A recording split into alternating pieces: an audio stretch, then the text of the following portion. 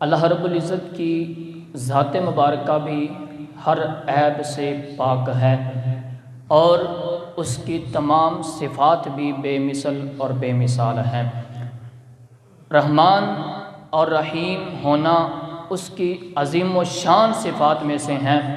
جو قرآن مجید کی بے شمار آیات بینات کے اندر بیان فرمائی گئی ہیں۔ رب تعالیٰ کی شان رحمت ایسی بے مثال ہے کہ حدیث مبارکہ کے مطابق اگر پوری مخلوق کی شفقت اور مہربانی کو اکٹھا کیا جائے تو بھی اللہ تعالیٰ کی رحمت کے ساتھ اس کی کوئی نسبت نہیں ہے، بلکہ اللہ تعالیٰ کی رحمت اس کی تو کوئی انتہا ہی نہیں ہے۔ حضرت سیدنا ابو ہریرہ رضی اللہ تعالیٰ عنہ آپ بیان فرماتے ہیں کہ میں نے رسول اللہ صلی اللہ تعالیٰ علیہ وسلم کو فرماتے ہوئے سنا، میرے مصطفیٰ کریم علیہ السلام ارشاد فرماتے ہیں اللہ رب العزت نے رحمت کے 100 حصے کیے۔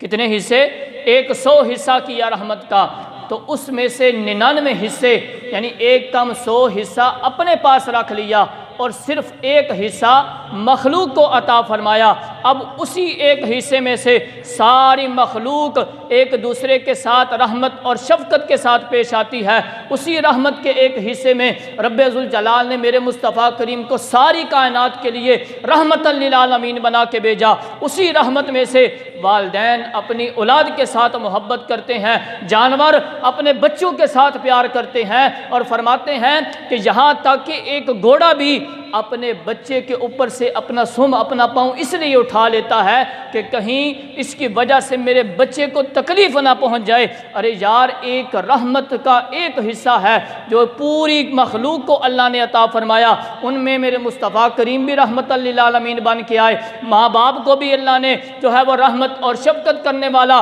بنا دیا، اور ساری مخلوق کو اللہ نے ایک دوسرے کے ساتھ رحمت اور شفقت کے ساتھ پیش آنے والا بنا دیا۔ تو یار ذرا اندازہ لگاؤ، اب میرے مصطفیٰ کریم کی رحمت للعالمین کا کوئی اندازہ نہیں لگا سکتا تو رب ذوالجلال کے پاس تو 99 حصے ہیں، اس کی رحمت للعالمین کا اندازہ کون لگا سکتا ہے؟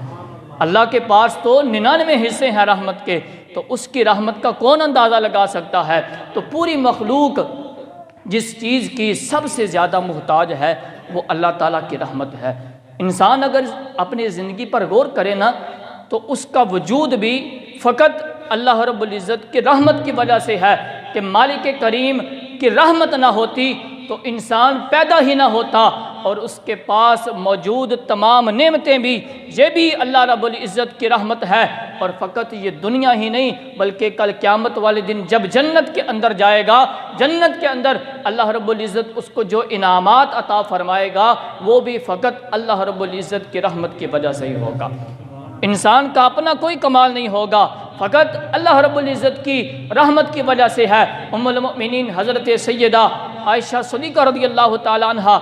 آپ بیان کرتی ہیں کہ مصطفیٰ جان رحمت صلی اللہ تعالی علیہ وسلم نے ارشاد فرمایا لَن يُنْجِيَ أَحَدًا مِّنْكُمْ عَمَلُهُ، میرے مصطفیٰ کریم ارشاد فرماتے ہیں تم میں سے کسی کا بھی کوئی عمل اس کے لیے نجات کا ذریعہ نہیں بنے گا۔ یعنی آج تم اپنے اعمال پر ناز کرتے ہو، یہ فقط اس لیے کیے جاتے ہیں کہ ان کی برکت کی وجہ سے اللہ رب العزت کی رحمت نصیب ہو جائے، اور یاد رکھو نجات صرف اور صرف اللہ رب العزت کی رحمت کی وجہ سے ہی حاصل ہوگی۔ تو صحابہ کرام نے عرض کی یا رسول اللہ صلی اللہ تعالیٰ علیہ وسلم، آپ کا عمل بھی آپ کو نجات نہیں دلائے گا؟ تو میرے مصطفیٰ کریم نے ارشاد فرمایا میرے صحابہ ولا انا الا ان یتغمدنی اللہ برحمت، اے میرے صحابہ میں بھی فقط اللہ تعالیٰ کی رحمت کی وجہ سے جنت کے اندر جاؤں گا۔